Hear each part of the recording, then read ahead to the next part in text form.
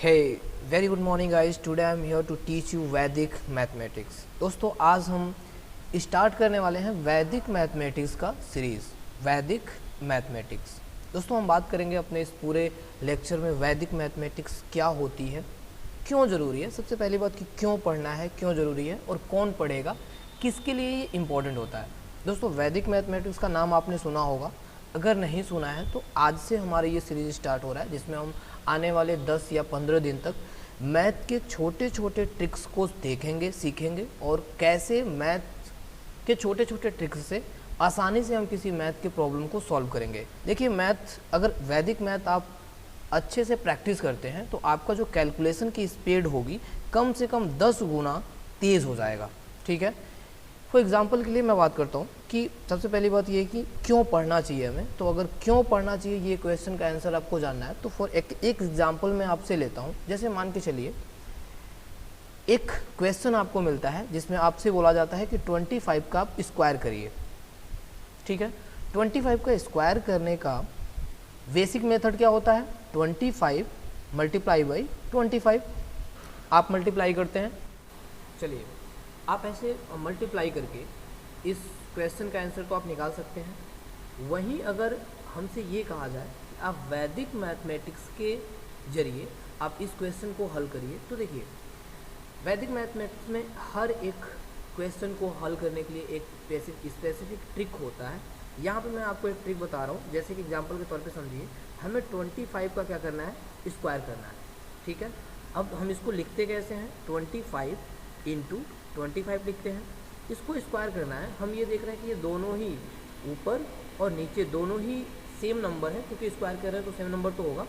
अब यहाँ पे 2 है, 2 में यदि हम +1 कर देते हैं तो ये कितना हो जाएगा? 3 हो जाएगा। और 3 में यदि हम 2 से क्या कर देते हैं? मल्टीप्लाई, तो ये कितना हो जाएगा? 6। समझ में आ रहा है? दोबारा सुनिए, यहाँ पे जो 2 है, 2 में हम 1 प्लस करते हैं तो कितना आता है? 3 आता है। और 3 को 2 से जब हम मल्टीप्लाई करते हैं तो कितना आता है? 6 आता है। और 5 का 5 बार टेबल पढ़ते हैं तो 5 5 जा 25 होता है। और यहाँ पे हम लिखते हैं 25। इस तरह से हमारे आंसर क्या हो गए? आ गए। इस तरह से हमारे आंसर क्या हो गए? आ गए। ये हमारे क्या है? आंसर है। आप देखिए यहाँ पे आप मल्टीप्लाई करते हैं तो 2 स्टेप में, 3 स्टेप में आपका क्या होता? आंसर आता। समझ में आ रहा है? चलिए एक एग्जाम्पल और लेते हैं, एक एग्जाम्पल और बात करते हैं, एक एग्जाम्पल लेकर देखिए। चलिए अभी मैं दूसरा एग्जांपल ले रहा हूँ। मान के चलिए आपको 75 का स्क्वायर करना है। ठीक है, 75 का क्या करना है? स्क्वायर करना है। देखिए 75 का स्क्वायर करना है तो आप बेसिक मेथड लगाएंगे क्या? 75 मल्टीप्लाई बाई 75। आप इसको मल्टीप्लाई करेंगे, आएगा, लिखेंगे, आप ऐड करेंगे, आपका आंसर आ जाएगा। ठीक है, ये मेथड बेसिक मेथड है, काम करता है, हर जगह लगता है, सही है, ठीक है। लेकिन वैदिक मैथमेटिक्स में अगर मैं इसी चीज़ को ट्रिक से हल करने की बात करूं तो देखिए यहाँ पे हमारा है 7 और यहाँ पे हमारा क्या है? 5। 7 में हम +1 करेंगे तो कितना हो जाएगा? 8 हो जाएगा। और यदि 7 का टेबल हम 8 बार पढ़ें तो 7 8 जा कितना होता है? 56 होता है। और 5 5 जा कितना होता है? 25 होता है। ये हमारा क्या हो गया? आंसर। आप देखिए कितने कम टाइम में हम कितने बड़े बड़े नंबर्स का स्क्वायर आसानी से निकाल सकते हैं। ठीक है, तो इस तरह के सारे ट्रिक्स को सीखने के लिए आपको इस वैदिक मैथमेटिक्स के सारे कोर्स को अटेंड करना होगा।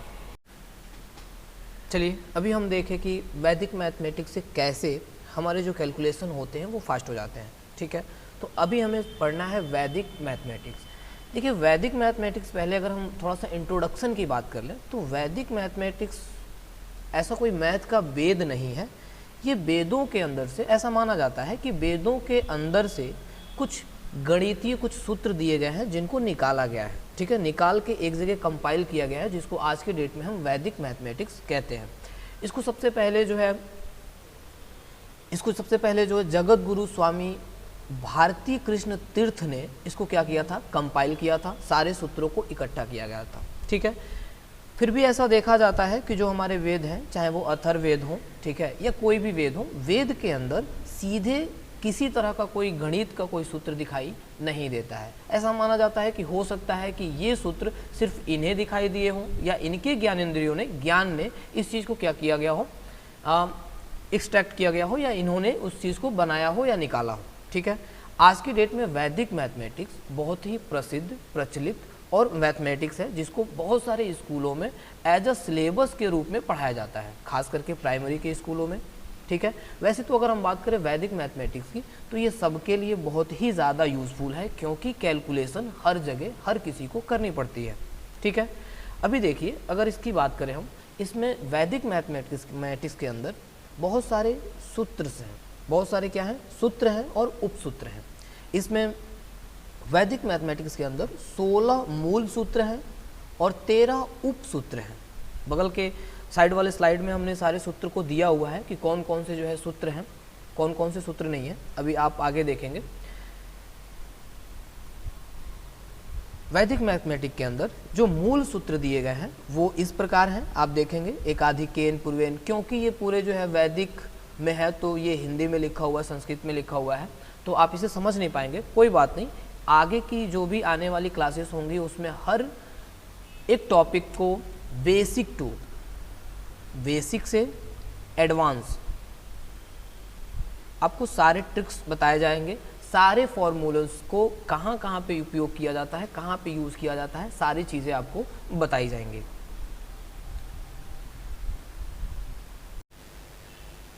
तो अगर आप वैदिक मैथमेटिक्स सीखना चाहते हैं तो आप चैनल को लाइक सब्सक्राइब कर सकते हैं।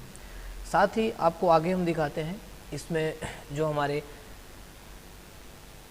कुछ उपसूत्र हुए हैं।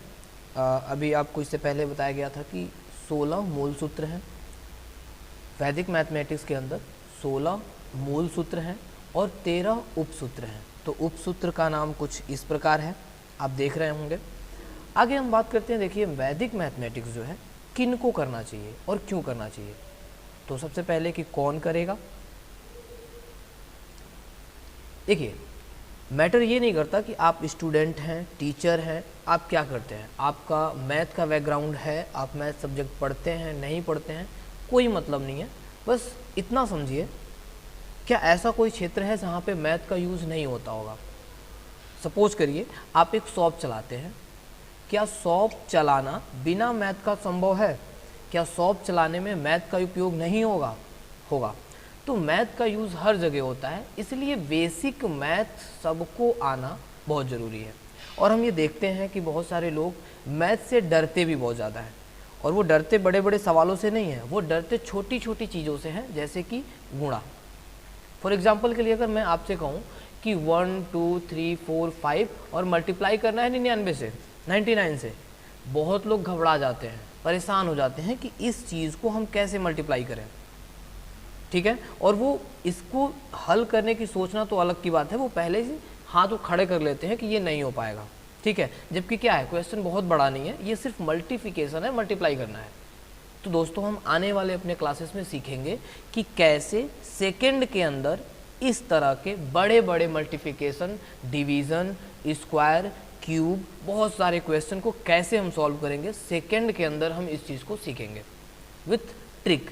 और आपको बता दें, हर एक चीज़ का एक क्या है, ट्रिक है। आप जो ये पूरे उपसूत्र देख रहे हैं या सूत्र देख रहे हैं, ये मूल सूत्र जो देख रहे हैं, ये सब क्या है, मैथ्स के ट्रिक हैं जो अलग अलग चीज़ों में अप्लाई किए जाते हैं, अलग अलग तरह के सवाल को हल करने के लिए किए जाते हैं। तो अभी देखिए, अगर हम बात कौन की करें तो नो डाउट कोई भी कर सकता है, चाहे वो टीचर हो,